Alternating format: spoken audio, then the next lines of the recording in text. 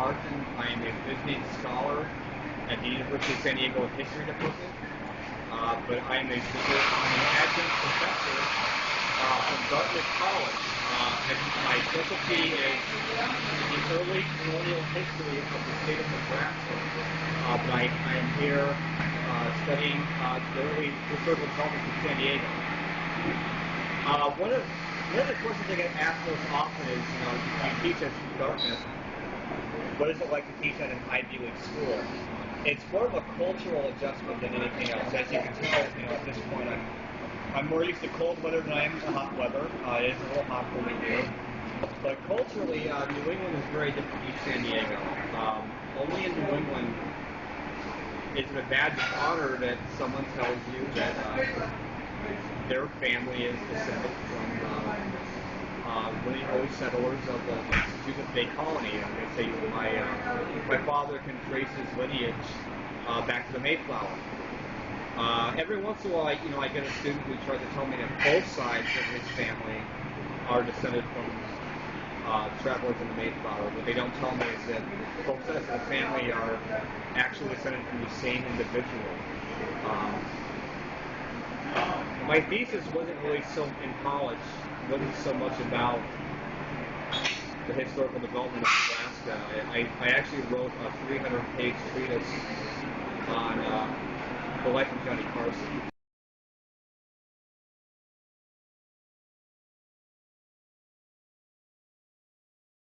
Yeah, tell me about the Mark Twain's connection to Thomas Whaley. Well, we have no knowledge that Mark Twain and Thomas Whaley ever actually met in person, but there were. We have found letters that were written between the two, the author and the businessman. Wow. Mr. Whaley would invite Mark Twain to stay because of Thomas Whaley's connection to the Fabian Society. Karl Marx and Friedrich Engels and George Bernard Shaw.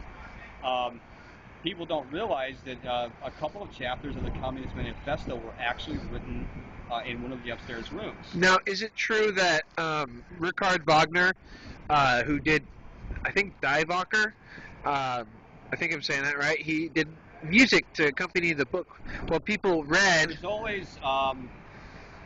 There's always that rumor that Wagner's early operas influenced some of the writings of Marx and Engels. The whole idea of a utopian society, working collectively. However, Wagner is more along the Hitler state, German nationalism, and Marx, being a German, didn't necessarily buy into the nationalism argument. So, who's that fine gentleman with the pistol up there? Well, I believe this is Abraham Lincoln's brother-in-law, Larry Todd Lincoln. And what did he do for a living? He basically sponged off of his sister while she was in the White House. Oh. He's also one of the founding fathers of the city of San Diego. What did he do in his time here in San Diego? He stood around and he held guns and wore a backpack. And what's interesting is this is not a hat. This is actually period hairstyle. They used to shave up to above the ears, and they grown out real long, kind of a cross between Mo Howard and Johnny Ramone. And then they would actually comb it out, because they didn't have hats back then. Hats weren't around until about the 1930s, 1940s.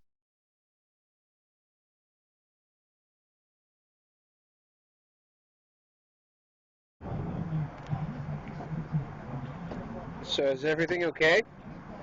I don't want to talk about her anymore. Yeah.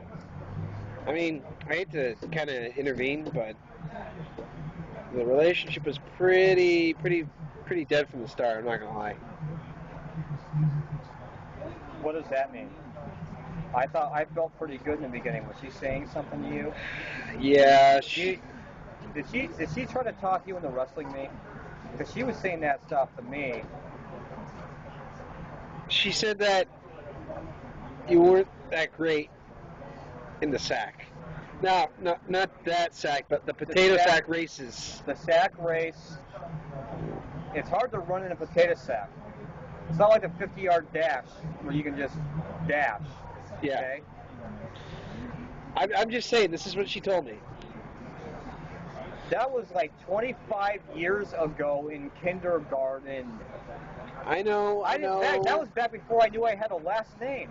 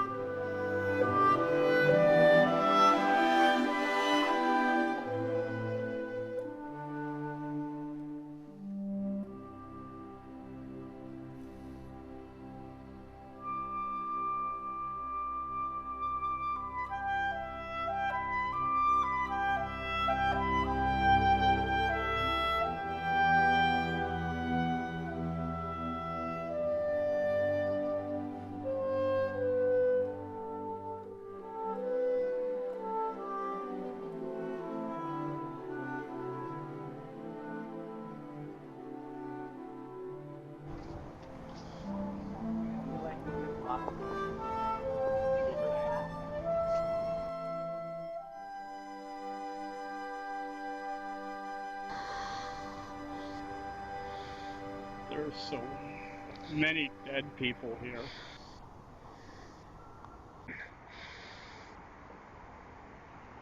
How can so many people not be alive anymore? Where am I?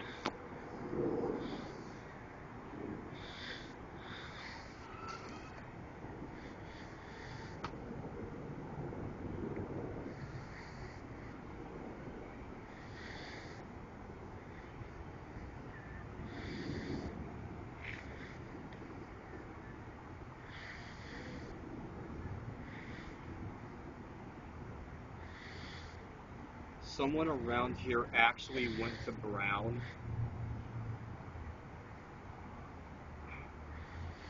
And they're driving a Corolla. Typical. Typical.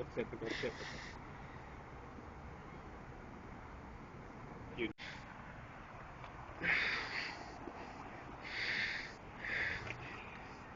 had gone to Harvard or Dartmouth, you'd be in a Lexus right now.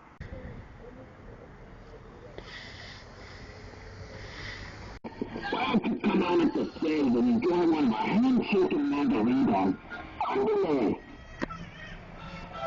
Oh, you woke me up from my nap. Why don't you come on up and have some tacos and enchiladas? We have the best on the corner. That's not historically Man.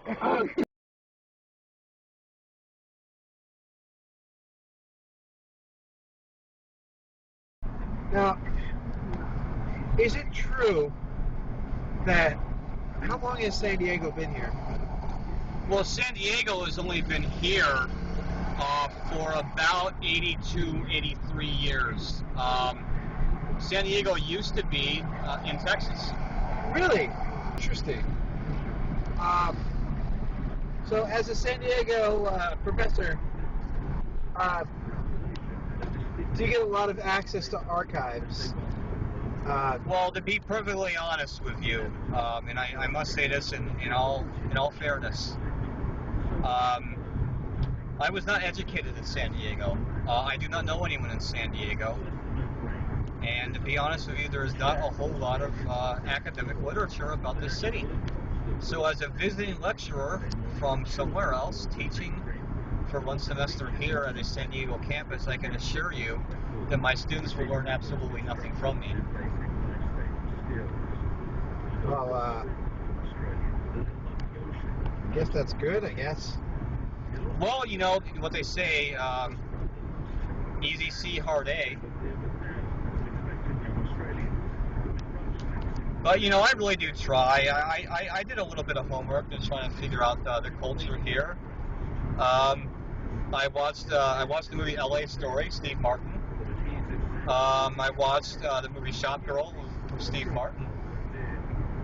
Those are good films. Very good. As a matter, you know, the problem about learning about Los Angeles is that you're not learning about San Diego. Yeah. And the only movie that takes place in San Diego is Top Gun and There's Anchorman. Anchorman. Did you watch Anchorman? Or do you think that's a little bit beneath you? It didn't really teach me a whole lot. He claims that San Diego's a German word, and no, it's clearly French. But you know, it was a comedy. It wasn't meant to be historically accurate. Unlike movies by Steve Martin. Yeah. Like, you know, I learned about half of what I teach. I actually learned from the movie Parenthood and Really? and The Jerk. Really? Yes.